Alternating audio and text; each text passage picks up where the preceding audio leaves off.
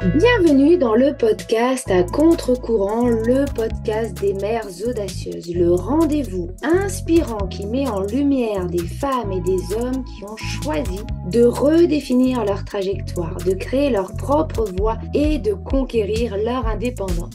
Je suis votre hôte, Nathalie Grimaud-Morvillet, et je suis honorée de vous accompagner dans ce voyage extraordinaire. Après plus de 15 ans en tant que salariée dans le domaine du marketing digital et après 4 discriminations à la maternité, j'ai décidé de prendre mon indépendance pour mieux profiter de mes enfants sans renoncer à ma carrière professionnelle. Avec la tribu digitale, j'aide désormais les parents à en faire de même. Dans ce podcast, à chaque épisode, nous vous présenterons des histoires captivantes de mères audacieuses, de pères engagés, mais surtout de parents déterminés qui ont trouvé le courage de se réinventer pour mieux concilier leur vie personnelle et professionnelle. Qu'il s'agisse de maman, de papa ou de famille, notre podcast est un espace où chacun peut trouver une source d'inspiration, de conseils et de perspectives pour embrasser un avenir empreint de flexibilité, d'épanouissement et de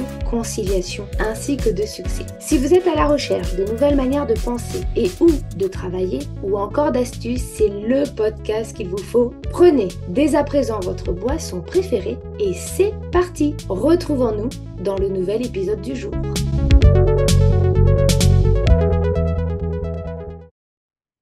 Bienvenue dans ce nouvel épisode de podcast Mom Tips. Mom Tips, ce sont des petits épisodes plutôt rapides pendant lesquels je vous partage mes astuces, mes conseils, mes prises de conscience en tant que mompreneur pour vous permettre d'atteindre vos objectifs et surtout de déconstruire des croyances portées par la société, par nos proches, parfois même par nous-mêmes et qui impactent négativement notre quotidien. L'idée de ces épisodes est de vous permettre de passer à l'action avec des conseils qui parfois casseront les codes de la société. Me revoici avec un sujet qui revient régulièrement depuis que j'accompagne des mamans à se reconvertir dans le domaine du marketing digital. La reconversion professionnelle, ce n'est pas pour moi, car je suis trop vieille, je suis trop jeune ou pas assez. Je suis maman, je n'ai pas le temps, je n'ai pas l'argent, je n'ai pas la capacité. Bref, vous voyez toutes ces excuses que l'on se donne pour justifier une incapacité potentielle avant même d'avoir essayé. Nous sommes souvent notre propre limite et soyons honnêtes. Nous nous enfermons souvent dans une prison dorée sans même nous en rendre compte. Et si aujourd'hui, nous nous autorisions à tout avoir sans aucune limite, ni la nôtre, ni celle imposée par la société, ni même celle imposée par nos proches. Chacune de nous a déjà, à un moment donné, utilisé des excuses pour éviter de sortir de sa zone de confort. Et c'est totalement normal. Le changement, ça fait peur et c'est humain. Nous préférons rester dans ce que nous connaissons, même si cela ne nous rend pas totalement heureuses. C'est ainsi que les phrases «je suis trop ceci», «je suis pas assez cela» deviennent des vérités que l'on se répète sans cesse pour justifier nos non-décisions. Mais la réalité est que ces excuses ne sont souvent que des barrières mentales. Elles nous permettent de rester dans notre zone de confort et d'éviter de prendre des risques. Elles nous donnent une justification pour ne pas tenter l'aventure, pour ne pas nous confronter à un échec potentiel et souvent peu probable. Car lorsque nous nous donnons réellement les moyens, nous réussissons. La question que j'aimerais plutôt vous poser est, est-ce vraiment la peur de l'échec ou la peur de réussir qui vous bloque le plus? Car même si échouer fait peur, la peur de réussir existe elle aussi, car elle implique des responsabilités, des changements et parfois même de nouvelles attentes.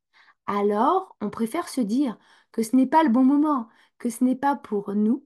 On préfère même rester dans une situation inconfortable en espérant qu'elle finisse par nous convenir.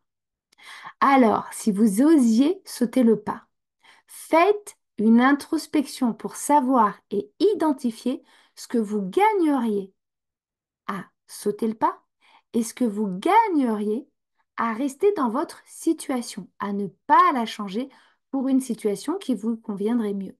Et si maintenant, nous prenions un instant pour nous poser une question simple. Admettons qu'aujourd'hui, je m'autorise à tout avoir sans aucune limite. Qu'est-ce que ça serait?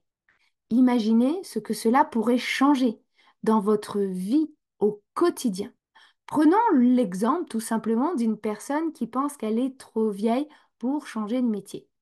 Qu'est-ce qui se passerait si au lieu de se focaliser sur son âge, elle se concentrait sur ses compétences, sur ses envies et sur ses rêves? C'est possible. C'est toujours possible tant que l'on décide de ne plus se fixer de limites. Que vous soyez jeune, moins jeune, parent ou non, ce qui compte avant tout, c'est la conviction que vous avez en vous-même et en votre capacité à agir et à réussir. Ce n'est pas facile, bien sûr, cela demande du courage, de la résilience, parfois d'accepter l'idée de recommencer de zéro, mais au fond, quel est le véritable obstacle? Dans la majorité des cas, nous sommes notre propre barrière. Les limites que l'on perçoit comme infranchissables sont celles que nous avons nous-mêmes créées.